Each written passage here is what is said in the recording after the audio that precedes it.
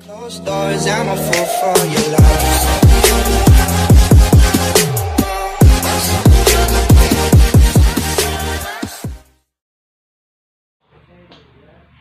Hello guys! For today's video, gagawa tayo ng tips about sa signs of labor na nire-request ni Ate Shaina May Balagon. At sana po makatulong ito sa'yo at mapanood mo tong video na to. At sa mga mamshi natin dyan, naway makatulong po ito sa inyo. So, welcome back to my channel. It's me, Giselle Salcedo. Kung hindi ka pa nakasubscribe sa aking channel, mag-subscribe ka po para ma-update ka sa mga bago kong video.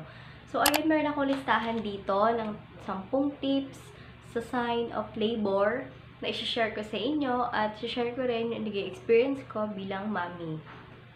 So, ayun, yung una natin is yung number 1 is yung the baby drops. Yung the baby drops is yung tawagin siya ay lightening or yung pagbaba ni baby sa ating pelvis na naghahanda siya para sa kanyang paglabas. Senyales to na si baby is malapit na or ready na siyang lumabas. Kaya kung mapapansin nyo kapag 'di ba ilalabas na si baby, siya yung ulo niya is nasa puwerta na natin.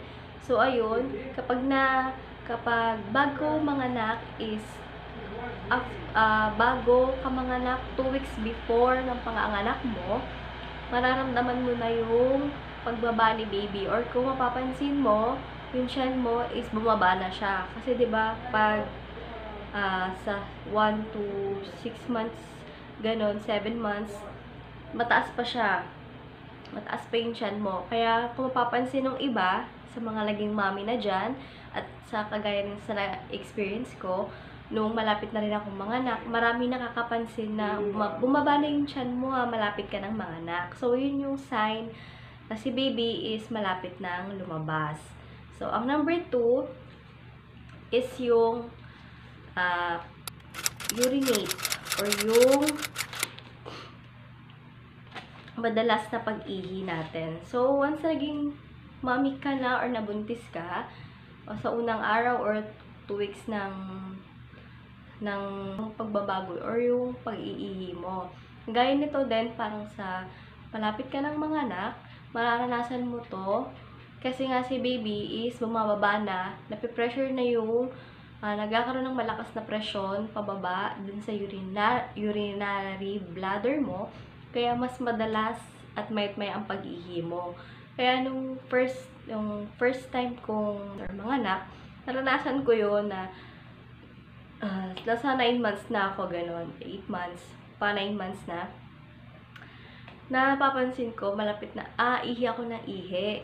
Sabi ko, bakit kaya ganito? Kakaihi mo pa lang, parang pagtayo mo, naiihi ka na naman. Natural lang yun na maramdaman nyo. Kasi nga si baby is bumababa na bumababa. Kaya yung pagdalas na pag-ihi nyo is okay lang yon. Yung pangatlo, the mucus plug. So, ang mucus plug, problema or uhog na lumalabas at nagaganap sa cervix natin sa panahon ng pagbubuntis.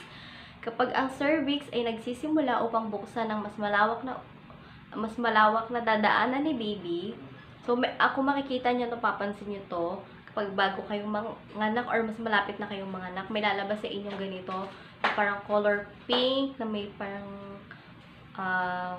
white na may halong blood na konti. So, ayun na yung sign na ang labor ay maaari nang magsimula. At sa lalong madaling panahon, matatapos ang discharge ng uhog o hanggang 2 linggo. So, ayun guys, yun na yung sign ng yung mucus plug, para siyang plema or yung sipon-sipon na makikita nyo sa inyong underwear. So, ayun, huwag kayong matakot na may ganong lumalabas kasi natural lang yun. Kasi yun yung humahad lang or yun yung nagiging protection ni baby sa infection habang naghahanda ang cervix para sa panganganak mo. So, ayun guys, yun yung cervix dilate na sinusukat ng mga doktor kung ilang centimeter ka na. kung 2 to 3 cm pa lang, nakabukas na yung cervix mo, pero hindi ka pa manganganak. Kaya pwede ka pang pauwiin. Pero depende yon sa kalagayan mo. Kasi kung kagaya nung sa akin is yung may UTI ako, kaya hindi ako pwedeng umuwi nun. At pinabedrest ako, pinagstay ako sa hospital kasi dahil sa UTI ko. Pero kailangan kong magamot. So, depende sa sitwasyon natin yung mga mamshi. At 10 cm na, yun yung malapit na malapit. Talagang yun yung lalabas na talaga si baby. So, huwag kayong matakot kung tawag dito, ang tawag din is IE. Parang yun yung ano ng mga doktor para masukat kung ilang centimeter na nakabukas yung cervix mo. So, yung pang-5 is yung thinning of cervix. Ito yung pagnipis ng cervix na hudyat na malapit pang lumabas si baby. Yung pang-6,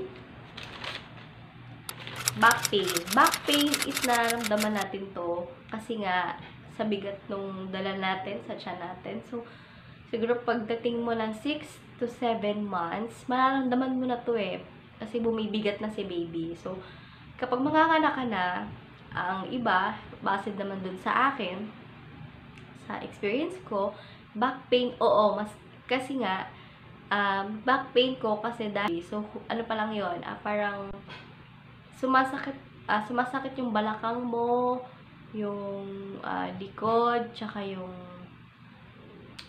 dun banda sa part na yon, parang yung pakiramdam niya, parang nakakangalay na hindi mo maintindihan yung feeling kasi masakit talaga siya. So, yun yung back pain kasi nga sobrang bigat din ng dala mo dahil nga si baby is. Number 7 naman is yung contraction, paghihilab ng ating tiyan. Ito ay excuse me. Yung kasi ako.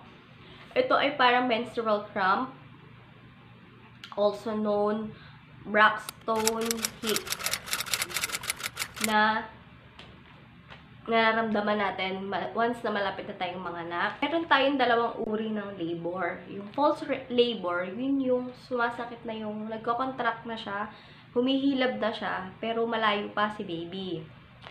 Yun yung mas matagal na agwat, 30 to 60 minutes na or seconds na mararamdaman mo siya. Hihilab siya, tapos babalik siya, tapos matagal siya bago ulit humilab. So, ang true labor naman is yung 5 minutes to 2 to 3 minutes na siya. So, pabilis na siya ng pabilis. Kumbaga, ang agwat niya ng paghilab ng tiyan mo is 5 minutes to 3 minutes na lang. Yun na yung hudyat na si baby is talagang gustong-gusto na niyang lumabas. So, kaya kung nararanasan nyo at sa mga nakaranas nito, yung kapag nasukat na yung centimeter mo, kapag na-check na yung panubigan mo, kung makikita niyo yung mga doktor nyo, inuorasan kayo. Kasi sinasabi sa inyo kung humihilab ba. Tapos, may papel sila at sinusulat nila doon kung ilang minutes siyang humilab, tapos ilang minutes siyang babalik. So, sa pang-8 na tayo, a burst of energy or yung nesting. Ito yung nesting na isang parang bigla kang magiging ganado or energetic. Ganon. Kasi ito yung time na parang gusto mong linisin lahat, gusto mong ayusin lahat ng gamit ni baby, lahat ng mga nasa paligid mo. Kasi, naghahanda na yung sarili mo or yung katawan mo sa paglabas ni baby. So, yun, gusto mo lahat ng malinis. Yun yung mararamdaman mo kapag malapit ka ng manak. Parang gusto mo lahat maaliwala sa paningin mo. Kasi yun yung pakiramdam ng isang mommy or sign na malapit ka ng manganak. So, number 9 is yung diarrhea or padalas na pagdumi.